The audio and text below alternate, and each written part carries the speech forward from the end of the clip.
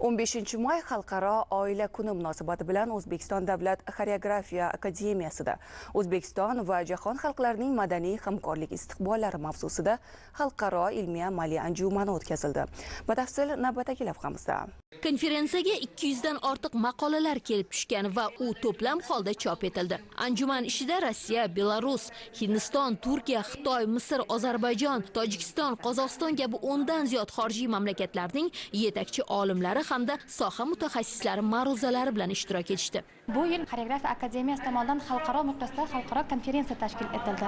Mazkur konferensiyaga 30 dan ortiq davlatlar ishtirok etish istagini bildirishdi. Hattoki to'plami tahrirlash, muharrirlash jarayonida, to'plami nashr jarayonida ko'rdikki, xorijiy mutaxassislar aynan o'zbek raqs san'atiga qiziqishyapti, hattoki tadqiqotlar ham olib borishyapti.